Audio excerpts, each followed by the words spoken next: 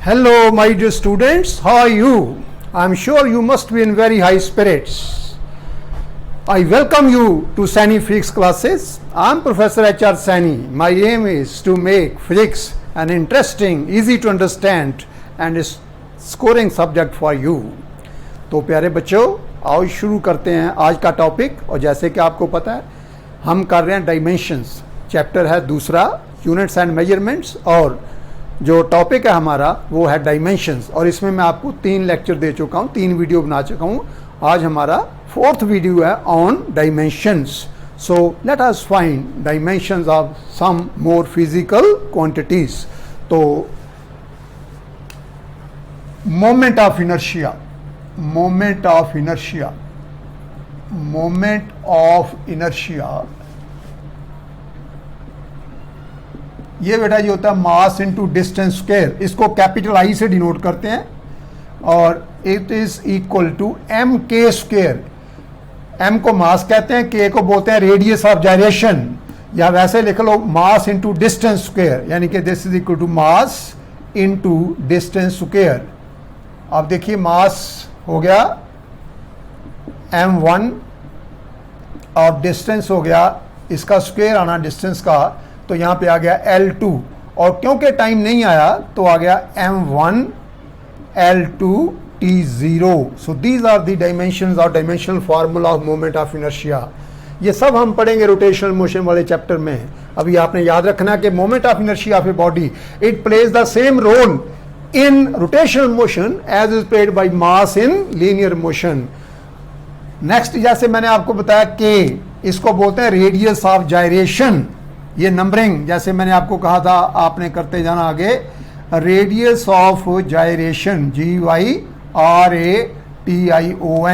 It is nothing but distance. ये distance है, तो अगर डिस्टेंस है तो m भी 0, L तो 1 आ जाएगा और T आ गया 0। So these are the dimensions of radius of gyration. Now we come to rotational kinetic energy. अब देखिए, जो रोटेशनल काइनेटिक एनर्जी है उसका फार्मूला है half I omega square.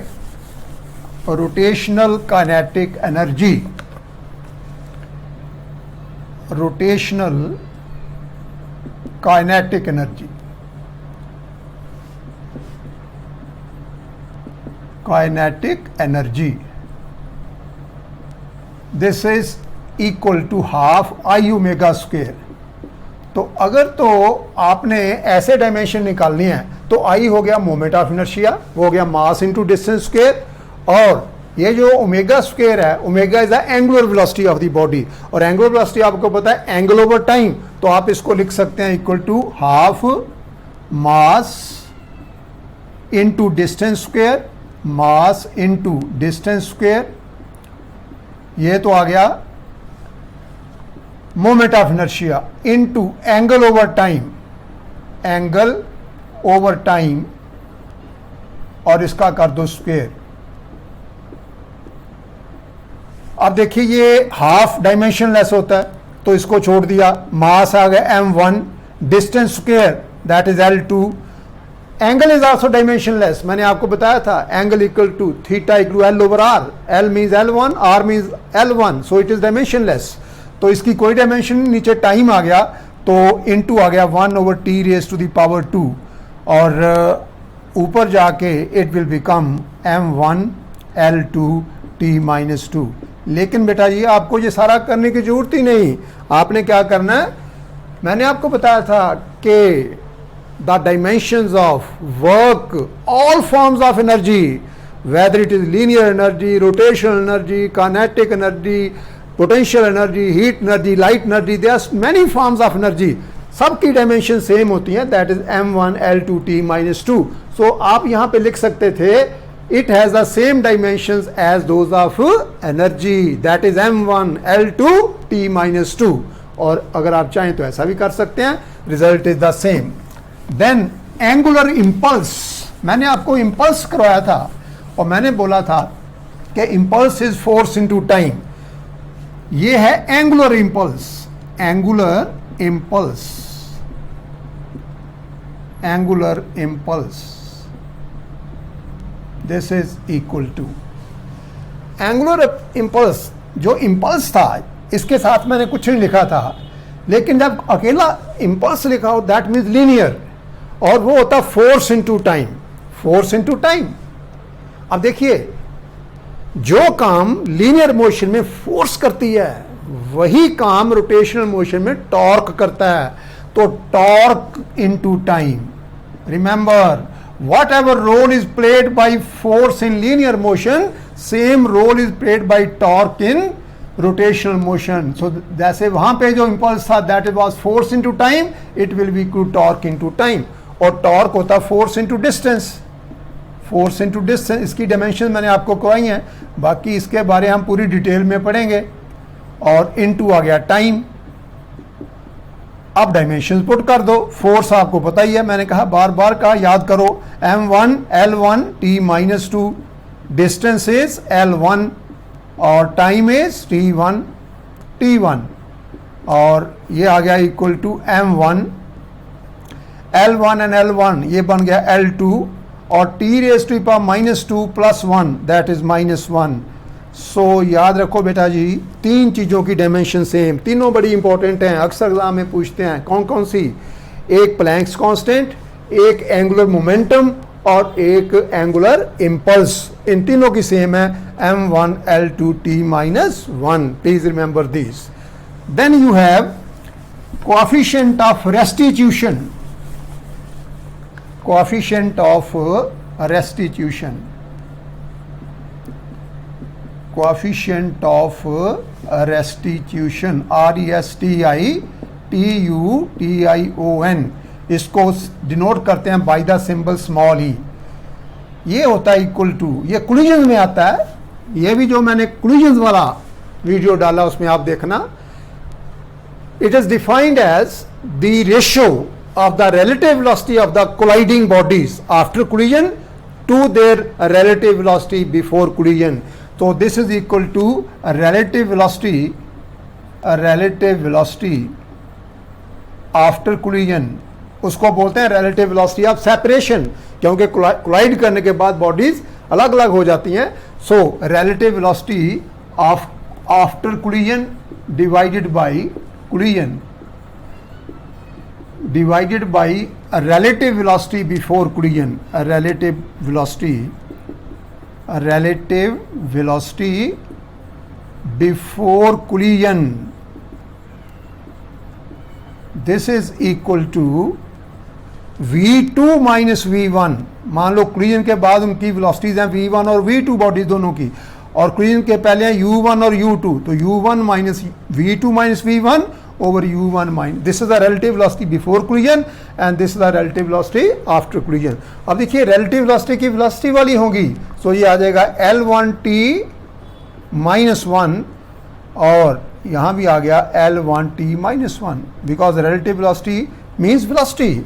so जैसे relative velocity के unit velocity वाले होंगे, dimension velocity वाली होंगी, तो ये कैंसिल होगी आपस में, तो m0 L0 t0। so that means coefficient of restitution is a dimensionless quantity। next is refractive index, ये शायद आपने नाम सुना हो। refractive index of a medium is defined as the ratio, refractive index, इसको म्यू से डिनोट करते हैं या n से करते हैं, म्यू और n, कोई भी सिंबल यूज कर सकते हैं हम, स्मॉल n, ज्यादातर हम म्यू करते हैं लेकिन n भी कर देते हैं। It is defined as a ratio of the velocity of light in vacuum, ratio of the velocity of light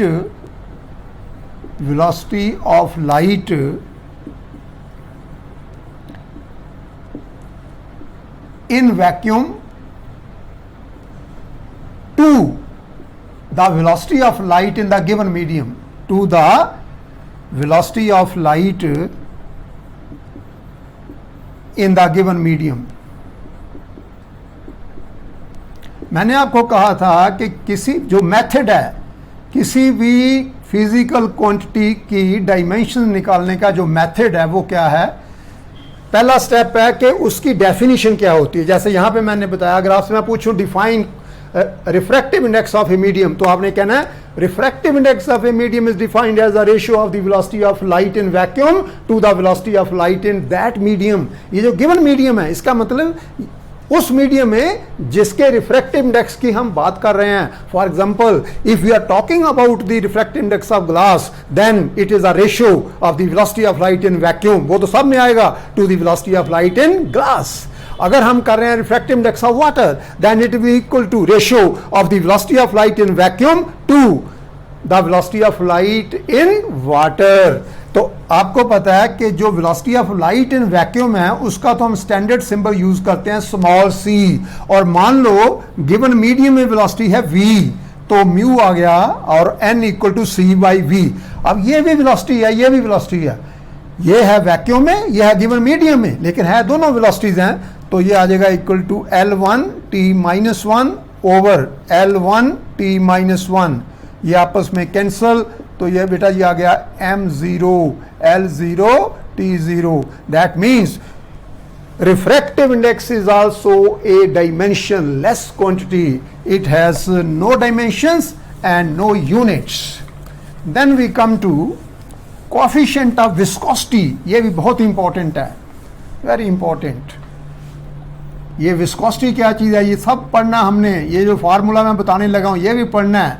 coefficient of viscosity,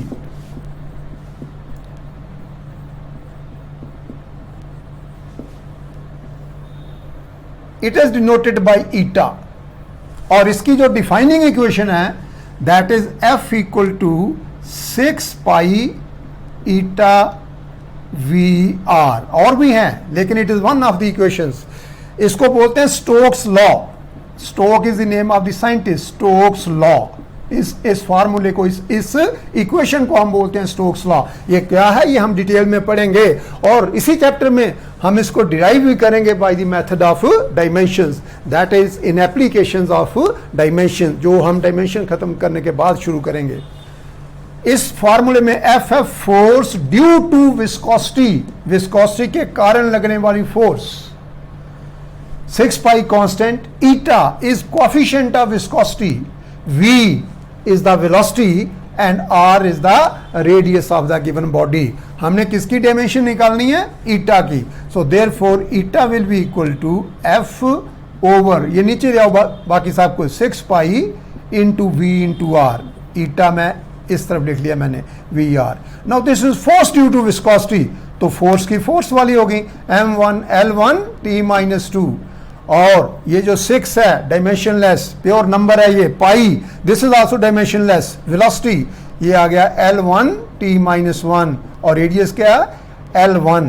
now let us simplify, ये आ गया equal to m1 L raise to power, देखिए एक से cancel, नीचे एक बची, ऊपर आ जाएगी -1, यहाँ पे t की पावर -2, ये -1, तो कम होके ये ज्यादा होके समझ लो रह गई -1, -2 से -1 का मतलब ज्यादा हो गई पावर।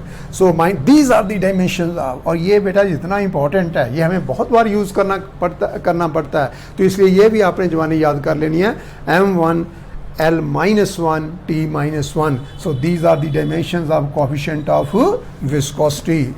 अब आ जाओ Hubble's constant, Hubble's constant.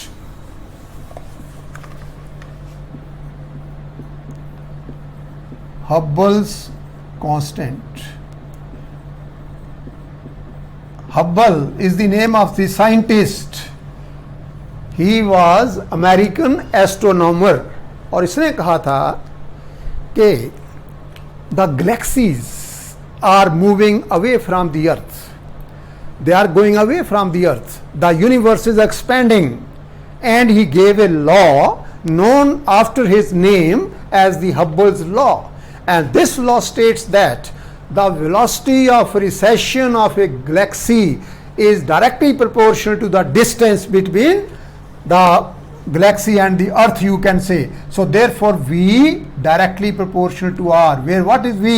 It is the velocity of recession of the given galaxy. That means the velocity with which the galaxy is receding away from the earth, or going away from the earth। अब इस sign को हटा के equal to लगाना है, तो v equal to h into r. अगर आप सीधा ऐसे भी लिख दें v know that v equal h into r, तो यहाँ पे तो कोई फर्क नहीं। हाँ, अगर कहीं आपसे पूछा जाए कि स्टेट हबल्स लॉ, फिर आपने ऐसे कहना है, otherwise you can start from here. क्योंकि हमने करना क्या है, एच को बोलते हैं हबल्स कांस्टेंट, इसकी डायमेंशन निकालनी है। तो v equal h over r लिखा, ये डिफाइनिंग इक्वेशन है इसकी। तो h कितना आ गया, देयरफॉर h आ गया v over r, v over r. v is velocity, that is L1 t minus 1, r is distance, that is L1।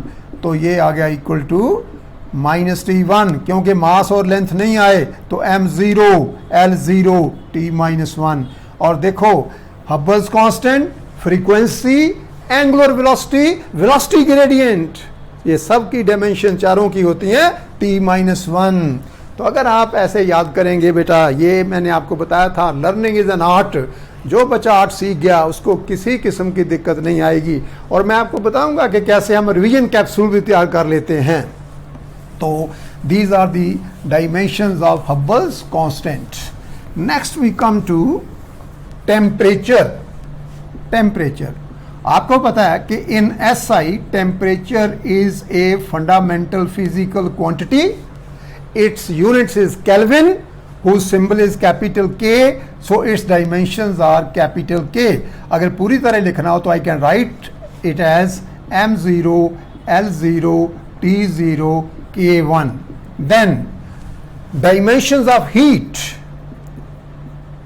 याद करो मेरा सेंटेंस, मैंने आपको बताया था कि heat is a form of energy and any form of energy has the same dimensions as those of work, that is m1 L2 t minus 2। तो same as those of energy, that is m1 L2 t minus 2। उसके बाद आ गया latent heat। latent heat, latent heat, it is denoted by the symbol capital L। क्या होती है latent heat, ये हम पढ़ेंगे जब थर्मोडायनेमिक्स में पढ़ें जाएंगे, लेकिन अभी आपने डिफाइनिंग इक्वेशन याद रखनी है। We know that Q equal to M into L। Q is the amount of heat, M is the mass of the body जिसकी स्टेट चेंज करती है। एक्चुअली मैं आपको थोड़ा सा बता देता हूं कि लेटेंट हीट की कॉन्सेप्ट कहां पे आती है। ये तब आती है when there is a change in state of the body. For example, कोई सॉलिड लिक्विड में बदलता है या कोई लिक्विड वेपर में बदलता है, या इसका उल्टा प्रोसेस होता है कि वेपर लिक्विड में बदलता है और लिक्विड सॉलिड में बदलता है। जैसे बर्फ को गर्म करें तो वाटर बनता है, this is change of state from solid, क्योंकि आइस जो है it is in the solid form, water is in the liquid form. तो इस दौरान जो हीट यूज होती है per unit mass, not total heat, per unit mass, उसको बोलते हैं लेटेंट हीट। सो आप देख सकते हैं L कितना आ गया, therefore L equal to Q divided by M। देखो मैंने क्या कहा कि लेटेंट हीट किसको कहते हैं, अमाउंट ऑफ हीट यूज्ड और produced released per unit mass.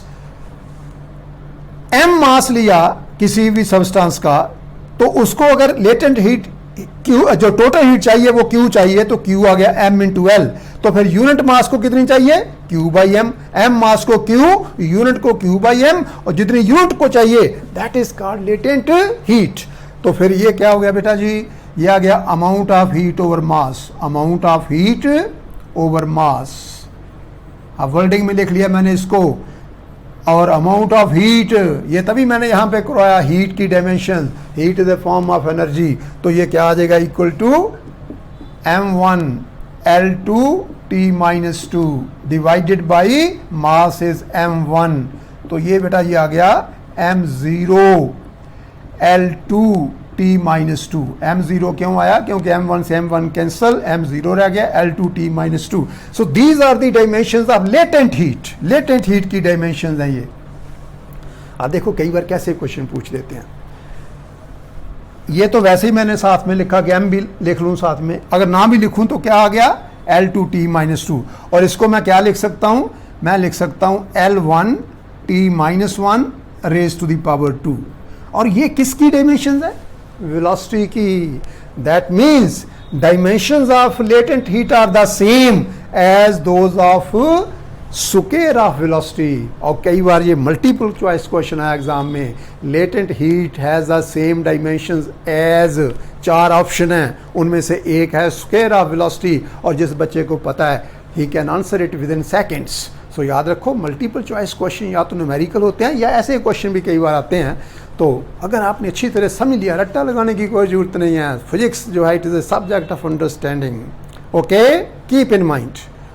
So that's all for today. I hope you must have enjoyed my lecture. Please like, share and subscribe to my channel. Thank you very much. Have a nice day.